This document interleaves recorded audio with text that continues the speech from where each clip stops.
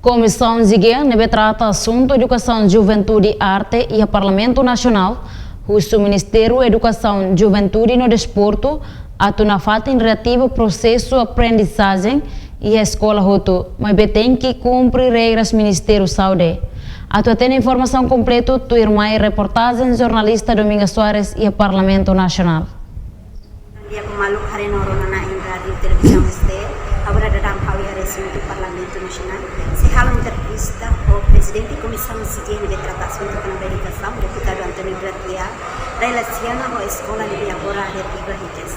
Atu tem informação clear, mas tá para uma A aprendizagem tem que realizar dulu. Tambah itane wawancara né?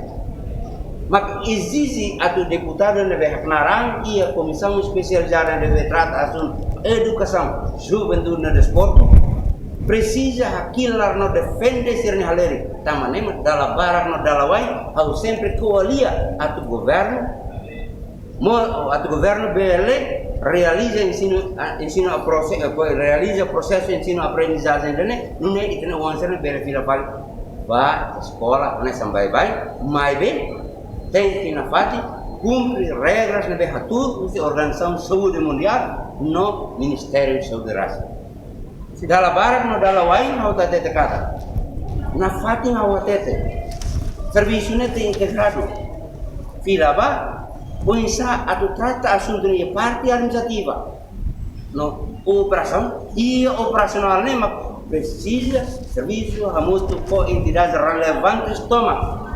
Não quer dizer que o Ministério da Saúde, que o Ministro da Saúde mas tem a decisão, mas tem serviço mútuo. E o autoridade local, também a autoridade local, mesmo que a chefe de bairro, mesmo que a chefe de suco, mas bem, não tem condição real de o povo se enfrentar.